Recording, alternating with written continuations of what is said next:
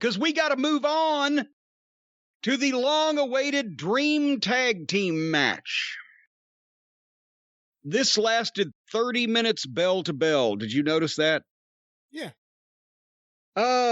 Tully Blanchard was banned from ringside because, and they tried to, that's when Excrement went off reading one of those long, because I think they'd gotten, that was it. They'd gotten browbeaten for why did they ban Tully just out of nowhere? And so they recapped basically every time he'd ever made a motion toward farting in somebody's general direction as a reason that he's banned. But he came out with the team, high-fived them, and then left and was never seen again. He didn't try to come back and run out in the finish to be foiled. He didn't dress as a woman and come in and hit somebody with the purse. He really left and never came back. In that case, that used to be banned from the building. Why would you show the fucking guy that's banned? Then it's a letdown when he doesn't come back. If he's not allowed at ringside, why would he be there? It used to be that's the ban from the building, and then the guy has to somehow sneak into the building dressed as a popcorn vendor or whatever, but they're not that creative here. Anyway, I'm going to save this for here in a minute. I wrote down some thoughts, but anyway, Jim Ross asked, does anybody know why Tully was banned? And that's when Excrement read the manifesto. And I just, as this started, my hopes sank because they could have done something different. They could have done something that would register with people. They could have done something that would keep some intrigue going. But instead, they just had basically a Young Bucks tag match. Same thing as Pockets, just with more moves. Everybody's seen it. Same thing. You know it's coming. And having to watch FTR wrestle competitively and or act physically intimidated by these fucking middle schoolers gives me the sour belches. But it's the same match the Bucks always have. It's better because the FTR can work. And my God, especially Cash Wheeler was a madman trying to get this thing over. Oh, yeah. And I just wish he hadn't had a impossible mission in front of him. So Buck Hogan, Pie Face, the man with the bad leg, right? And of course, we've gone into this with Pie Face, Buck Hogan. He'd had his leg Pillmanized because now apparently he really is injured. He's got a problem with his ligaments in his knee. And he did it, imagine this, jumping off the entranceway with a flying elbow drop through a table on one of their shows this past summer. But he's working on it. We mentioned on the last week's TV program, he would do everything that he normally does, and then immediately afterwards and in between, he would limp like he could barely walk. So at one point, he's in this thing, boom, boom, boom, and he does something to FTR, I believe knocks Cash off the apron. Dax is in the middle of the ring staggering, and did you see Pie Face is on the apron. He climbs to the top rope, Pie Face does, looking away from the ring, does a backflip off the top rope, lands on his feet in the middle of the ring, and sells his bad leg. No shit. What was he trying to do? There was nothing. Dax was just staggering around in the ring. He was not in position to take any move there. Nowhere near him. There was no offensive move to be done. He just did a backflip in the middle of the ring and fucking landed on his feet so he could sell his leg. I ran that back and had Stacy. She was going through the kitchen. I said, Stace, watch this. This guy's had a bad leg. He's selling it. Here's the story. Watch what he does. She just busted out laughing and walked off. So then they got heat on Pie Face, and the match started making sense again because when FTR is in control, at least it makes sense. Except, of course, for the, Bucks' whiny little heel bitch turn the last 2 months where they were super kicking the announcers and being whiny little bitches, and now one of them selling for the heels and we're supposed to care. Then FTR went for their Powerplex, the Superplex and Splash combo. Got the Superplex, but old Pie Face put his knees up on the Splash, and Cash sold it and rolled out of the ring. The guy with the bad leg put his knees up. The guy came off the top with a Splash. that didn't fucking... Of course, he sold his leg and then immediately small package Dax. That couldn't blow this guy's fucking leg. He's invulnerable. Cash took the insane bump over the top in the corner like a backdrop. I haven't seen anything like that since like George Barnes came to fucking the United States and was taking bumps, him and Dundee. It was insane. That was nuts. I've never seen anyone take a bump like that. I mean, you got to give, he knew that this thing, I think, he knew what it was. He was trying. Pieface hits a DDT and then just crawled over after the heat and gave Balding Buck an ice cold tag with no possible way that he could have been stopped, to the point where when Cash comes in, he just put the brakes on because the guy was already across the ring by that time. And just like, what the fuck? They do not understand the first thing about legitimate tag team wrestling. So Balding Buck made the comeback there. Two grown men had to fly for this 30-something juvenile delinquent reliving his teenage years on his backyard trampoline. And Tony Schiavone at one point in commentary, I've read their book. Why, Nick at one point in his backyard just gashed his leg open jumping on a chain link fence. Would somebody tell that story about a fucking NBA player? Yeah, he was trying to dunk in his backyard and he fucking gashed himself open on his chain link fence. I don't. Anyway, then they start going back and forth, and their Peg Leg Pete ended up back in limping between doing all the shit that he normally does. FTR hit the Steiner Brothers finish, the Bulldog off the shoulders, off the top for a 2 count. Looked great, 2 count. The Hardy Boys, the fucking Balding and Pieface Buck, got the big false finish with the Hardys move. They did more tagging in and out. Remember when we talked a few weeks ago on when the tag teams start tagging in and out after the big comeback, it's spiraling downwards. At one point, I think Pieface started selling a different leg than he had been. I'm not sure. FTR hit another finish on Pieface for a 2 count. I wrote, will this ever end? They did the double sharpshooter spot that made the reanimated corpse referee look like a complete idiot that JR had to bring up and fucking say, well, that doesn't make any sense. They did more false finishes. Then, did you see the part where Pieface brought a chair in and corpse ref, the Tim Burton production, instead of taking the chair away from him or trying to take the chair away from him, he stood back and asked him not to use the chair, and then the referee asked Pieface's brother to ask Pieface not to use the chair. And then he didn't use the chair. So it's optional now. The referee has no power to enforce the rules, but he can ask your brother to ask you to play fair. Is that what I was seeing? I think so. He's a horrible referee. He's always the referee for the Young Bucks matches. Because he's useless and spineless and a limp dick, and he lets them get away with everything because they can't work any other way.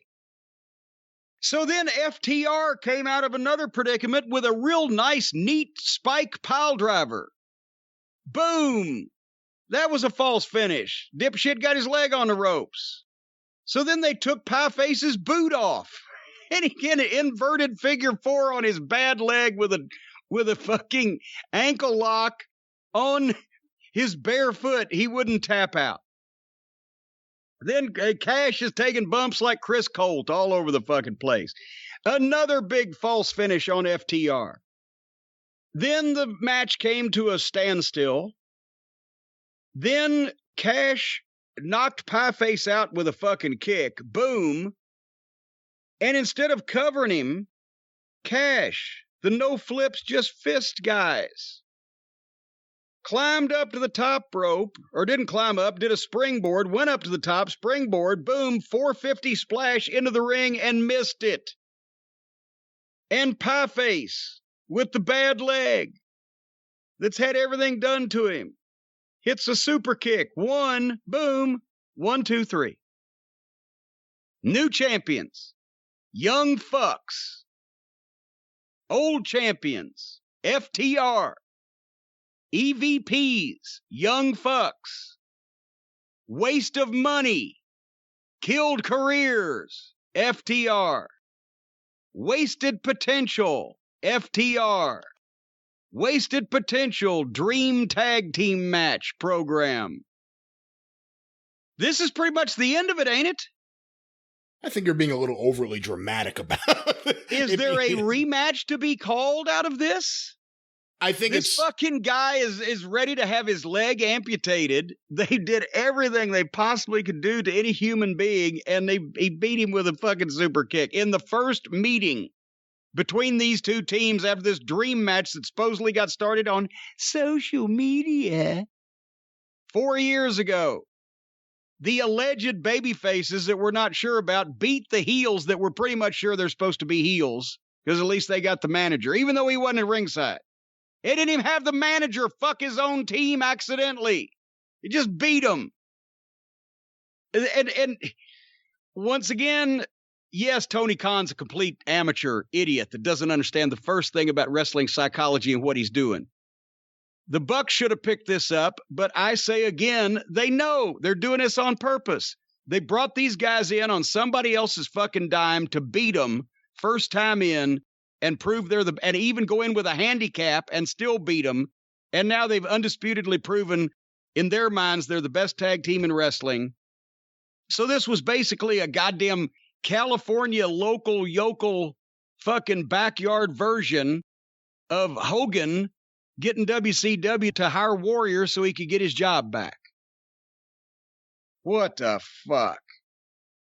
And then Olivier came out to hug and kiss his friends. For all the people that kept saying, go to AEW, manage FTR, this is why that never was ever going to fucking take place. Thanks for coming, FTR. 30 fucking minutes. Give me your thoughts, and then I'll tell you what they could have done. Well, let me just say, I didn't like the finish, but I really liked the match. It was one of the best Young Bucks matches I've ever seen. FTR were phenomenal. You and I have talked about the fact that Dax is one of the best workers in the business. I think the one positive of FTR and AEW so far has been the exposure that Cash is spectacular. He can do power moves. He could do chain wrestling. He could fly all over the ring in a way that doesn't look ridiculous. Very impressed with him. More and more impressed with him each time I see him. The Bucks have certain things they can't get past. You know, they're never going to have a classic tag team match, the likes of which we had seen in the past. They're never going to have a match that doesn't have tons and tons of near falls and false finishes and hitting every big move and kicking out of it. If you could accept those facts, which is something that permeates all of modern wrestling, everyone kicks out of everything, big moves don't matter. If you could accept that, I thought the match was really, really good. I really liked it. I wasn't happy with the finish. I wasn't happy who got the finish. When they got to the last 10 minutes of this thing and it would not end, and they had long since lost the plot of what they were trying to do in the beginning, you still stuck with this. I still stuck with this. I thought the match got better and better. It took a little while for the crowd to get into it. But I had a very similar thought last night to what you just said about Hogan and WCW. You know, remember, who was it? Was it Scott Hall or Kevin? I think maybe it's Scott Hall who put over Rey Mysterio, but he really didn't put him over. Nash. It was Nash, I believe. That was the Young Bucks in Private Party. And this is Hulk Hogan bringing in people just so he can get a win. Like you said, the Warrior. That is what this was, because this whole feud, I really like this match. So taking just this match itself out of the equation, this feud has been bungled from day one. They have managed this thing and handled it poorly from day one. Whatever the hell the Bucks have been doing for the last couple months, their pseudo heel turn, but somehow they're not heels. I mean, you can't watch this match. If you go back and watch this match, at least the first half of it, FTR are working like baby faces. And the Young Bucks are the heels. And then finally they cut Pieface off, and then suddenly it's reversed. This whole thing has been done so poorly. I don't think this kills FTR. I think there's plenty to still do with FTR. This dream tag team program. The whole program has sucked. I mean, beyond the match, the dream tag team program has been completely handled. This is like WWE handling the WCW invasion. It's been handled completely wrong. We'll never get that back. FTR now are just an AEW tag team. They're probably the best tag team in wrestling in the ring. They're really good. They haven't been used properly, but they're now just on the roster. We're never going to get back what would have been a special moment in front of a crowd, because they rushed it to this, of these two teams meeting. And the whole thing has been handled poorly. I don't think this kills FTR in the future. We'll see where they go. I think from day one, the plan was, in their twisted logic, hey, we're going to just put people over for the first year and then we'll give ourselves the belts. I think the same thing's going to happen with Omega. They're going to give him the belt probably in early 2021. And then the Elite will have the belts, which is what they wanted from day one. All right, well, you just said, well, it's the program. This was the first meeting. You said they rushed it up. They could have had it in front of people. They could still have the big one in front of people. Because this was the first one, you lunatics. How can you not think about this? This wasn't supposed to be the classic match. This was supposed to be what hooked people, what made them wonder, what established it, despite the fact that they've botched the whole build-up and everybody's positioning and everything. Why didn't they have worked this match smart? Make people notice instead of FTR immediately work. There's been this supposed bad feelings and bad blood and jealousy over whose style is better. The Young Bucks, the Flying, the Backyard, or FTR, no flips, just fists. We're legitimate wrestlers. Don't just have a fucking match like you do with everybody else. Do it smart. FTR, instead of working with them right away, and especially instead of doing the Bucks shit right away, don't cooperate. You work the match. Remember what I said about the Briscoes being such good amateur wrestlers? They were able to be heels in the Carolinas by not breaking the rules, but by being pricks about it. You don't mean to tell me that you don't think that people would believe that either Dax or Cash, if they wanted to, could take the fucking Bucks down, either one of them, and fucking tie them up? Oh, of course they could. Okay. Then the Bucks should have started locking up like they were going to get ahead and work, and the fucking FTR should have started taking them down and cross-facing them and rubbing them a little bit and laughing about it. And there should have been the struggle where there's not cooperation, but they're not shooting with each other. They're not punching each other in the face. But no, you're going to do what I want you to do. And the Bucks should have got pissed about it, but they can't really do much because these guys can fucking stretch them. And show some obvious lack of cooperation. We're not going for your shit. We're going to strong arm you. We're going to make you do what we want you to do. People, the smart audience that AEW has would understand that kind of shit. And then when somehow the Bucks finally fucking came out and exploded with some shit, set it up so that FTR could take it without showing obvious cooperation. And what are they going to do? Not take a bump or whatever and expose the business, or they got to eat it. In other words, a fucking struggle of a match because you got two competing styles and philosophies. Make it don't look like you're just doing each other's shit. And then FTR could have fucking took one down and got some fucking heat and made it look like they really didn't want him to fucking tag out and flip the partner, blow him off or whatever, and have the fucking partner complaining to the referee. And then go into a fucking tag and a comeback and let the Bucks get a couple of their moves in, and then one member of FTR obviously sandbag something when they try to pick him up and small package the little asshole and fucking cinch up on him while the other partner has the other guy outside the ring or immobilized, cinch up on him. 1, 2, and the referee don't want to do it. He can't kick out. He's trying to kick out. 3, fuck it. What the fuck? It's a double cross. Do the match in 9.5 minutes. They put that stipulation on it, though. They telegraphed what the finish was going to be because of that stipulation. Well, but I'm saying don't do your shitty fucking amateur booking. Do what would have been right for business. Have that match. No Bucks match last 9 minutes. They didn't do all their shit. It was obvious there was fucking a lack of cooperation and a difference in philosophy. And then one of FTR cinches up on the little prick and fucking double crosses him, flips both of them off, grabs the belt and bails. Tully comes out and hugs him. And they announce on the internet the next day that they'll be happy to give him another match if Tony Khan gives them a raise, because now they got the belts. So you can have your fucking belts back. We got what we wanted. We fucked you in front of all your fucking friends on TV. Now, if you want to get a hold of us again, give us a raise and we'll talk. People be going nuts. Did they really double cross them? What the fuck's going on? They're holding them up for more money. Then you milk this goddamn next confrontation and all this other fucking hoopla that happens till maybe they do get a bunch of people back in the building. Then you have a goddamn classic tag match. But FTR don't lose the first one, and you don't automatically go into, oh, we're just all going to work together like we're friends and we've all had our own trampoline in the backyard since we were 10. Business. Not marking out for your fucking classic matches. 30 fucking minutes. Holy shit. That is the one sad thing with the way this finish went. FTR have a history of having great series of matches. 3-match series with different teams. It's hard to come back with match 2 based on the finish to match 1.